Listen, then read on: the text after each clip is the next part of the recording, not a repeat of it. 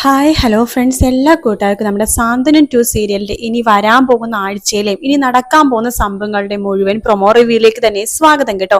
Channel ആദ്യമായിട്ടാണ് കാണുന്നുണ്ടെങ്കിൽ ഒന്ന് സബ്സ്ക്രൈബ് ചെയ്ത് ലൈക്ക് ചെയ്ത് സപ്പോർട്ട് ചെയ്യണേ.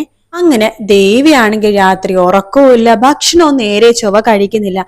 2000 രൂപയുടെ കുറവുണ്ട്. എന്നാലും ആ പൈസ എവിടെ പോയി? കസ്റ്റമേഴ്സ് വന്നപ്പോ കറക്റ്റ് ആയിട്ടാണ് പൈസ എണ്ണി അത് മേശന്റെ ഉള്ളിൽ ഇട്ടത്. പക്ഷെ അതിൽ കഴിഞ്ഞിട്ട് പിന്നെ പൈസ എങ്ങനെ പോയി എന്ന് ആലോചിച്ചുകൊണ്ടിരിക്കുകയാണ് നമ്മുടെ ദേവിയായിട്ട്. പക്ഷെ ദേവി ആലോചിച്ചിട്ട് ഒരു എത്തും പിടിയും കിട്ടുന്നില്ല. അതിനുശേഷം രാത്രി കിടന്ന് ഉറങ്ങുന്നുണ്ട്. രാവിലെ ആകുമ്പോഴേക്കും ബാലന്റെ മുമ്പിൽ ബാലൻ രാവിലെ എഴുന്നേറ്റ് നോക്കുമ്പോഴേക്കും കാണുന്ന കാഴ്ച, രാവിലെ തന്നെ എഴുന്നേറ്റ് ദേവി ആണെങ്കിൽ അവിടെ കസേരപ്പുറത്ത് ഇങ്ങനെ ഇരുന്നിട്ട് തല ഇങ്ങനെ ആകെ പെരിപ്പിച്ച് ഇങ്ങനെ ആലോചിച്ചുകൊണ്ടിരിക്കുകയാണ്. എന്നാലും 2000 രൂപ ഇവിടെ പോയി, കണക്ക് ശരിയാവുന്നില്ലല്ലോ. അപ്പൊ ബാലൻ ചോദിക്കണ്ട, മോളെ നീ ഇന്നലെ രാത്രി ഉറങ്ങിയില്ലേ എന്ന് ചോദിക്കാണ്.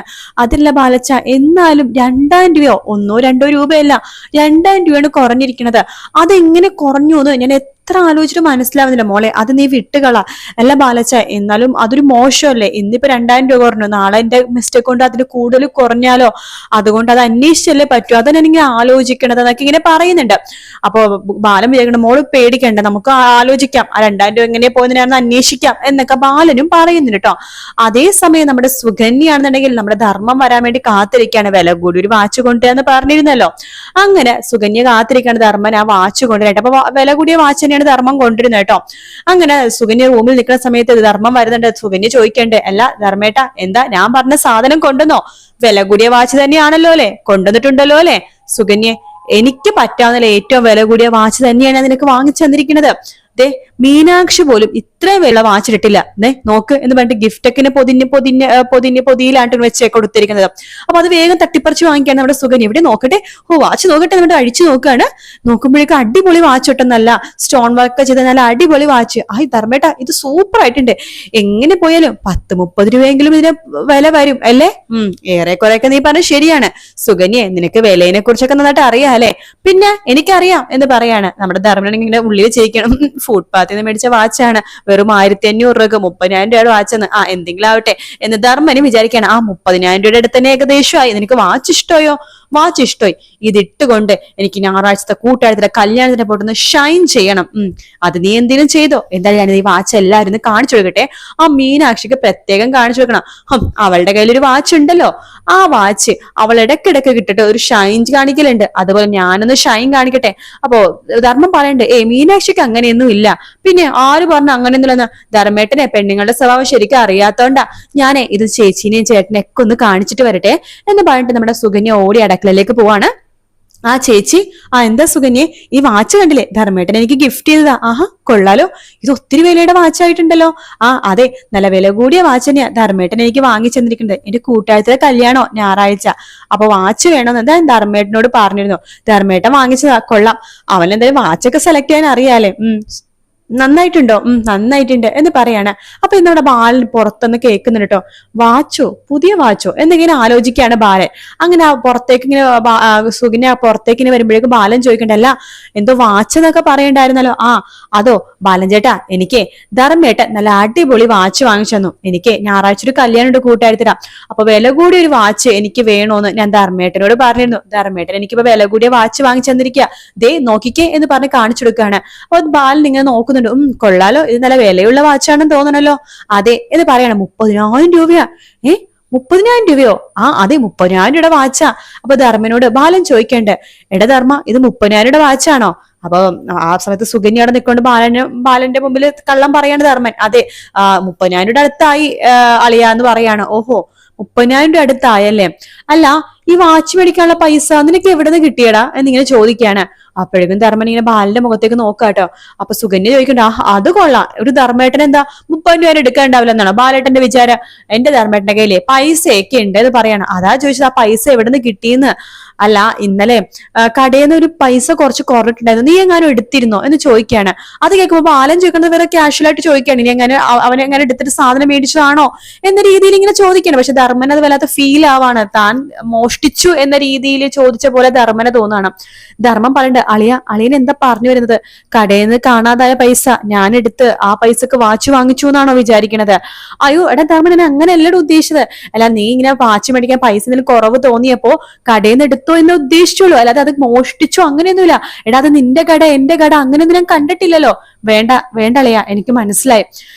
ഞാൻ ആ പണം മോഷ്ടിച്ചെന്നായിരിക്കും അളിയൻ വിചാരിക്കണേ അല്ലേ? 1 രൂപ പോലും ആരുടെ ആഗ്രഹിക്കാറോ എടുക്കാറില്ല അളിയ ഞാൻ എന്ന് ധർമ്മം പറയാണ്. അപ്പൊ തന്നെ അതിൽ കയറി പിടിക്കുവാണ് സുകന്യ കേട്ടോ. അതെ അതെ, മോശമായി പോയി ബാലേട്ട, ഇത് വളരെ മോശമായി പോയി. എന്റെ ധർമ്മേട്ടൻ പണം എടുത്തെന്നല്ലേ പറഞ്ഞതിന് അർത്ഥം? അല്ല, ഇന്നലെ മുതൽ ദേവി പറയുന്നുണ്ടെന്ന്, ഇടയ്ക്ക് മുള്ളും മുനയെ വെച്ച് സംസാരിക്കണ്ടെന്ന്, 2000 രൂപ കാണാനില്ല 2000 രൂപ കാണലെന്ന്. അപ്പോഴേ എനിക്ക് സംശയം ഉണ്ടായിരുന്നു, ഇവിടെ ഉള്ള എല്ലാവർക്കും സംശയം എന്റെ ധർമ്മേട്ടനെയാണെന്ന്. കണ്ടില്ലേ ധർമ്മേട്ട, ഇവിടുന്ന് ഒരു മുട്ടുസൂചി കാണാതായ പോലും ധർമ്മേട്ടനെയാണ് ഇവർ സംശയിക്കുന്നത്. കടയിൽ ധർമ്മേട്ട മാത്രമല്ലല്ലോ, ആകാശുണ്ട്, പിന്നെ ഇടയ്ക്ക് ആര്യൻ വരുന്നുണ്ട്, പിന്നെ ദേവി ഉണ്ട്, എല്ലാവരും ഇല്ലേ? പിന്നെ എന്റെ ധർമ്മേട്ടനെ മാത്രം എന്തിനാ സംശയിക്കണതെന്ന് ചോദിക്കണം. അയ്യോ സുകന്യ, മോള് തെറ്റിദ്ധരിച്ചിരിക്കുക, അങ്ങനെയല്ല ഞാൻ ചോദിച്ചത്. വേണ്ട വേണ്ട അളിയ, എനിക്കെല്ലാം മനസ്സിലായി. അത് പറഞ്ഞിട്ട് ധർമ്മം വേഗം തന്നെ റൂമിലേക്ക് കയറാണ്. പിന്നെ അവിടെ സുകന്യ കുത്തി കൊടുക്കാണ്ടിട്ടോ, ഞാൻ പറഞ്ഞല്ലേ ഇവിടെ നിൽക്കേണ്ടെന്ന്, കണ്ടില്ലേ? ഇപ്പൊ 2000 രൂപ ഉള്ളു, നാളെ 10000 രൂപ നിങ്ങളുടെ തലയിലിടും. ഞാൻ പറഞ്ഞതല്ലേ ഈ വീട്ടിൽ നിൽക്കേണ്ടത്, നമുക്കൊരു വിലയില്ല ഈ വീട്ടില്.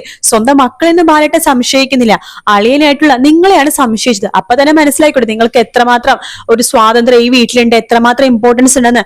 എനിക്ക് ഈ വീട്ടിൽ നിൽക്കാൻ വയ്യ, ഒരു കള്ളരെ ഭാര്യ എന്നുള്ള പേര് കേൾക്കാൻ എനിക്ക് വയ്യ എന്ന് പറയാണ് സുകന്യ. നീ പറഞ്ഞത് ശരിയാ സുകന്യ, നമുക്ക് ഇവിടെ നിൽക്കേണ്ട കാര്യമില്ല. നമ്മളെ വിശ്വാസമില്ലാത്ത വീട്ടിൽ, നമ്മളെ വിലയില്ലാത്ത വീട്ടിൽ നമ്മളെന്തിനാ നിൽക്കുന്നത്? വാ സുകന്യ, നമുക്ക് പോവാം. പോകാന്നോ? കാര്യത്തിലാണ് പറയുന്നത്? അതെ, കാര്യത്തിൽ തന്നെ. നിനക്ക് എടുക്കാനുള്ളതൊക്കെ എടുക്ക്, വാ നമുക്ക് ഇപ്പൊ തന്നെ പോകാം എന്ന് പറയാണ്. അങ്ങനെ ധർമ്മനും സുകന്യയും കൂടി പെട്ടിയും കിടക്കൊക്കെ എടുത്തിട്ട് പുറത്തേക്ക് ഇറങ്ങുമ്പോഴേക്കും ബാലൻ ചോദിക്കട്ടല്ല, നിങ്ങളിത് എവിടേക്ക് പോവാ? ധർമ്മം പറയണ്ടേ, ഞാൻ പോകുക. എവിടേക്ക്? അല്ല, എന്നെ കള്ളനായിട്ട് മുദ്രകുത്തിയ വീട്ടിൽ എനിക്ക് നിൽക്കാൻ വയ്യ അളിയ. അപ്പോ ഗോമതി പറഞ്ഞടാ ധർമ്മ, നീ തമാശ കളിക്കല്ലേ? ബാലയും പറയണം, അതേ ഗോമതി, അവൻ തമാശ കളിക്കുക. പിന്നെ നമ്മളെയൊക്കെ വിട്ട് അവൻ പോവാൻ പോണ പോലും, ഞാനൊരു ദിവസം അടിച്ചിറക്കി വിട്ട് പോലും പോവാത്തവനെ ഇവൻ.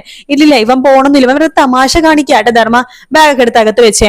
ഇല്ല അളിയ, ഞാൻ പോകുവാണ്, നിങ്ങൾ കൈവിട്ടെ എന്ന് പറഞ്ഞിട്ട് ധർമ്മൻ അവരുടെ കൈയൊക്കെ തട്ടി മാറ്റി അവിടെ നിന്ന് ഇറങ്ങാണ്. സുകന്യയും ആ ധർമ്മന്റെ പുറകെ തന്നെ ഇറങ്ങുന്നുണ്ട്.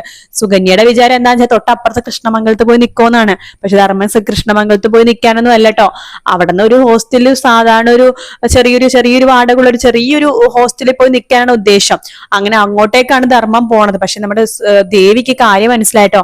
അതായത് ധർമ്മൻ എല്ലാം എടുത്തേക്കും. ദേവി ഇങ്ങനെ ഒരുപാട് ആലോചിക്കുന്നുണ്ട്, ശരിക്കും കടയിൽ ആ ദിവസം ആരെങ്കിലും വന്നിരുന്നോ എന്നൊക്കെ ഇങ്ങനെ ആലോചിക്കുമ്പോഴാണ് ദേവിക്ക് മനസ്സിലാവണം തന്റെ അച്ഛൻ ഉദയഭാനുവാണ് എല്ലാത്തിനും കാരണമെന്ന്. പക്ഷെ പറയാൻ പറ്റുമോ തന്റെ അച്ഛൻ വന്നിരുന്നു 2000 രൂപ എടുത്തിരുന്നു എന്ന്? കോടീശ്വരനല്ലേ, 2000 രൂപ എന്ന് പറഞ്ഞ നാണക്കേടല്ലേ? അത് ധർമ്മനെ രക്ഷിക്കുകയും വേണം, എന്നാ ഉദയഭാനുവാണെന്ന് പറയാനും പറ്റാത്ത അവസ്ഥയാണ്. പക്ഷെ ഇത് കണ്ടുപിടിക്കുന്നുണ്ട് ആനന്ദ്. അപ്പൊ ആനന്ദ് പറഞ്ഞിട്ട്, ദേവി നീ മര്യാദക്ക് പറഞ്ഞോ നിന്റെ അച്ഛനാണ് 2000 രൂപ എടുത്തതെന്ന്, അല്ലെങ്കിൽ വെറുതെ എന്റെ മാമനെ ഒരു കള്ളനാക്കി പറഞ്ഞയച്ച നിന്നെ ഞാൻ അടുത്ത സെക്കൻഡ് ഒരു കള്ളിയാക്കി പറഞ്ഞയക്കും. എല്ലാവരുടെ മുമ്പിൽ സത്യങ്ങളൊക്കെ ഞാൻ തുറന്നു പറയും, അതുകൊണ്ട് എല്ലാം നീ തുറന്നു പറഞ്ഞോ എന്ന് പറയണം. അങ്ങനെ നമ്മുടെ ദേവി ഇങ്ങനെ പേടിച്ച് നമ്മുടെ ബാലനോട് സത്യങ്ങൾ പറയുന്നുണ്ട്. അങ്ങനെ അച്ഛൻ എടുത്തു എന്നല്ല, അച്ഛൻ ഇങ്ങനെ ചേഞ്ച് ഇല്ലാന്നിട്ട് പൈസ എടുത്തു എന്ന് ഇങ്ങനെ പറഞ്ഞിരുന്നു എന്നൊക്കെ പറഞ്ഞിട്ടാണ് ആ പ്രശ്നങ്ങൾ തീർക്കണത്. എന്തായാലും ധർമ്മൻ സുകന്യ വീട്ടിൽ നിന്ന് ഇറങ്ങി പോകുന്ന ഭാഗം തന്നെയാണ് ഈ ആഴ്ചയിലെ ഹൈലൈറ്റ് എന്ന് പറയുന്നത്. ഉദയഭാനു ആണ് ഇതെല്ലാം ചെയ്തെന്ന് ബാലനോട് നമ്മുടെ ദേവി തന്നെ പറയും കിട്ടും. പക്ഷെ കള്ളത്തരം കാണിച്ചു എന്നല്ല, അപ്പോഴും ചേഞ്ച് ഇല്ലായിരുന്നു, അച്ഛൻ അത്യാവശ്യമായ അച്ഛനെ എടുത്തണം, എന്നോട് പറഞ്ഞൂല്ല, അങ്ങനത്തെ രീതിയിൽ എന്തെങ്കിലുമൊക്കെ ദേവി ആ സമയത്തെങ്കിലും അടിച്ച് ഒതുക്കി ഉണ്ടാക്കി കഥ ഉണ്ടാക്കി ഇങ്ങനെ പറയും. എന്തായാലും നമുക്ക് കാത്തിരുന്ന് കാണാം ഫ്രണ്ട്സ്. വീഡിയോ ഇഷ്ടപ്പെട്ടാൽ ലൈക്ക് ചെയ്യുക, സബ്സ്ക്രൈബ് ചെയ്യുക, കമന്റ് ചെയ്യുക. മറ്റൊരു വീഡിയോ വീണ്ടും കാണാം. Take care, bye bye.